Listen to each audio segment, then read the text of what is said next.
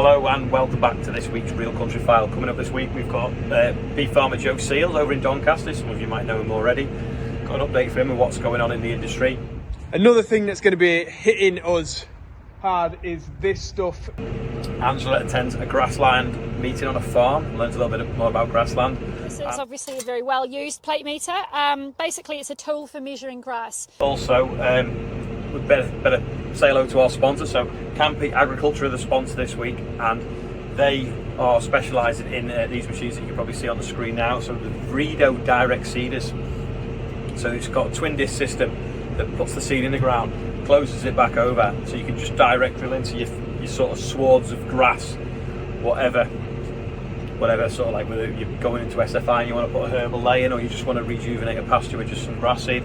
So they're probably the market leader in grass direct drills, so check them out on the website as well. Anyway, I'm rolling, last field of the season, some sunflowers, dust coming off the rollers. I think last week we had water coming off the rollers, but yeah, that's how fast the weather has changed. So you've all had a good week and had it dry. Anyway, let's shoot over to Doncaster and have a word with Joe Seals. Hello, I'm Joe Seals. Ollie and the team at the Real Country File have just asked me to do a little bit of an update of what's happening on our farm here in South Yorkshire. So we are mainly beef and arable. We are currently in the field at the side ploughing for maize, but it is so wet. There is a field of wheat that we're having to recrop with maize. I'm so glad that we've got maize as a crop, because it's given us an opportunity to get a terrible field that's not been successful in, and hopefully get a crop out of it this year. Another thing that's going to be hitting us hard is this stuff this coming year. Because the crops are so poor, straw is going to be in short supply. It's already well over £100 a tonne. Luckily we do a lot of muck for straw, hell of a lot of muck up there that we spread on neighbouring arable farmers' fields, and we swap it for straw, so the price doesn't come into it as much, but we're going to see reduced quantities.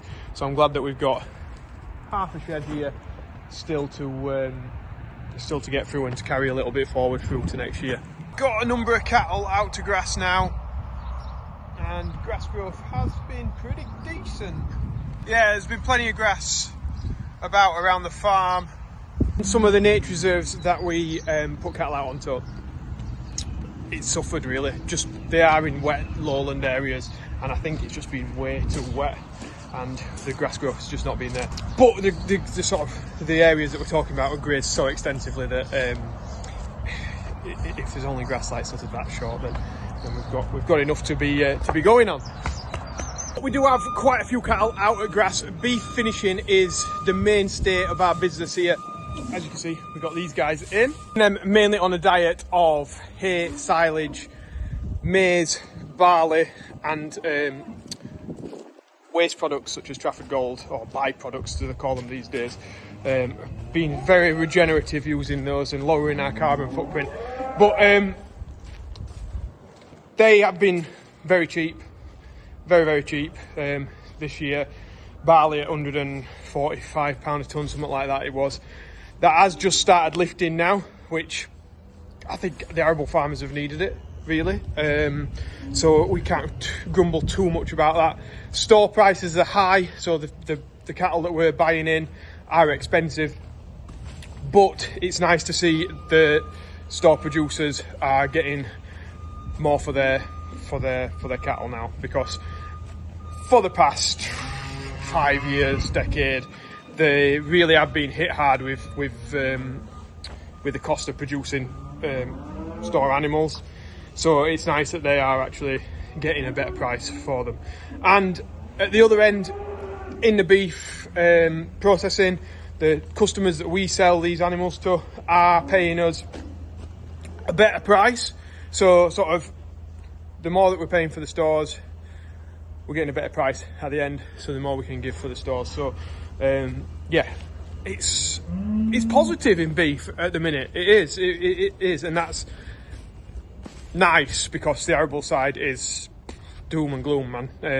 The wet weather that we've had, the poor crops that are in the ground already, it's not really looking great. I'm just hoping that we've had all the rain, we're going to get a few more showers, this maize is going to shoot away, and then we're going to have a fantastic feed for these guys come the late autumn. So yeah, hopefully that's a bit of a roundup of what we've been doing here on the farm and what we're about. If you do want to see anything more about what we do day to day, then I do a daily blog, and you can find that at Joe Seals on YouTube. But back to you guys at the Real Country File. Thanks. Thank you, Joe. Now, don't forget he has a YouTube channel as well. Check him out, Joe Seals. I think this is that simple. Also this week, and sorry, I'm just going around a tree. This week, Angela visited the British Grassland Society meeting in Lancashire, learning about grassland. So, over to Angela. Well, today on the Real Country File, we're learning all about this stuff. Grass is absolutely critical to most farm livestock enterprises. So, on this farm walk today, we're going to learn how this farmer in particular gets the best use out of his grass. So the British Grassland Society is a membership organisation made up of farmers, researchers and commercial companies, everyone with an interest in grass and forage production. And we're here today at John and Christine Fairs for our Spring Farm Walk, looking at how John and Christine manage their business to optimise grassland production and utilisation, and looking at sustainability of their business going forward.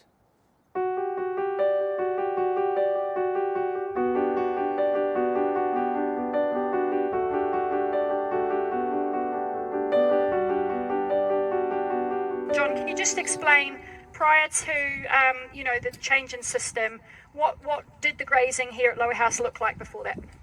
So we had no tracks at all in the farm, so everything was moved down the public road. So it was set stocked to the green lane, and then it was probably 6 people to move cattle around. So yeah, the idea of putting a track in seemed a fairly good idea. For those people who have never seen one before, and I'm hoping that there's nobody, but these examples here, these images are what's called a feed wedge. Okay, so this is a basic tool that we would use to make grazing decisions. So we can see that there's a difference there between the two. Ultimately what it does is it tells us how much grass, he's measured the grass, how much grass is in each paddock, and therefore it gives you a bit of a roadmap. I'm going to go to the paddocks at the top of the wedge with the most grass, and I'm going to work my way down. And the paddocks at the bottom of the wedge here are obviously the ones that have been grazed more recently. So it's literally a tool for us to help us make good grazing decisions. So this is an important part of your system now, John. What value would you say you've had from taking up measuring grass with one of those things, plate meter, and using this pasture management software? Invaluable, really, because it helps you plan. What we would tend to do before we trusted AgriNet and trusted the plate meter was we'd always run with too much grass on the farm, because you're always worried about running out. So that's what we would do, but now we know we've got the faith to say that in 3 days' time there will be enough grass on that paddock to graze it. Right, okay, so we're going to start the discussion off here about taking us through your transition to block calving. Can you describe to us how did you manage that? Well, when we were all year round calving, we had managed to see the light with stopping serving for Christmas. So we had 2 weeks so that we didn't have any calves born over the Christmas period. So we extended the Christmas break, and then I sold the heifers that were born in the summer, and we basically just kept extending the gap of non-serving till we got to 2 12-week blocks, and then I managed to get the springs down to 9 weeks, and this last winter we've reduced the autumns down to 11 weeks, and I want to reduce it further. Really good. All right, so as you've moved towards more of a block calving system, what are the benefits that you've seen? Well, it's just focus on a job. So when we're doing a job, we're doing a lot of it. So if you can manage to get protocols in place, you can manage to follow them, you do a lot of something, and then by the time you're fed up about it, you're looking at the end of it and you're finished. So yeah, just focus workload, and then that allows us to have regular time away from the farm, and everybody to take their holidays. So yeah, we're busy when we're busy, but then like same as now, push comes, if one person could manage, we wouldn't choose to have one person on the farm, but if it was a real desperate situation, one person could get the cows in, milk them, get them back to pasture, and I see that as being a real flexibility that we have.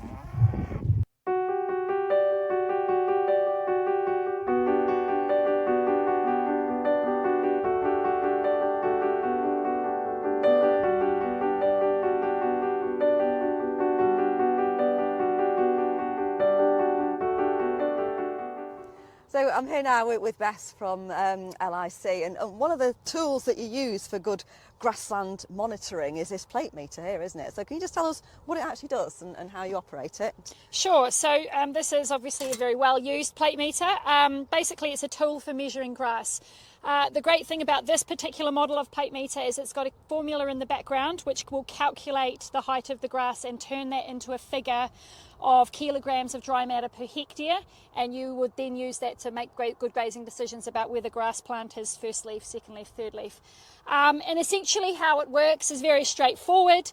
You can see the shaft here, and this is the plate. So the plate, as you put it onto the ground, would sit on top of the grass, and then the shaft would then hit the ground, and then you would take the shaft back in, and that's it, one reading. And so the plate meter, as you move across the paddock, I'll do an example here, would take a series of readings. Each time you take a new measurement, it's averaging out the height, using that calculation to give you that kilograms of dry matter per hectare figure. So from that, you can then analyse what the cows have actually had and what you still need to supplement with. Correct, yes. So, for example, an ideal pre-grazing cover when the cows come in is anywhere between 2,700 and 3,000 is ideal. And then when they leave again, you want them to hit around 1,600. So that's about basically half of the grass is gone and you're left with 3 or 4 centimetres. So the formula itself is actually just measuring in centimetres from the ground. Things to be mindful of is if you were using a plate meter, it's just to avoid areas with serious soil damage, ground damage in the gateways, around water troughs and stuff, because that can create inaccuracy. But yeah, you need at least 30 measurements to get a reasonable average across a field. Yeah. Use that information to put into a pasture software package and use that to make some good decisions. Absolutely, yeah, it's all about the decision making, Absolutely. isn't it? So yeah, another good example of technology being used to good effect.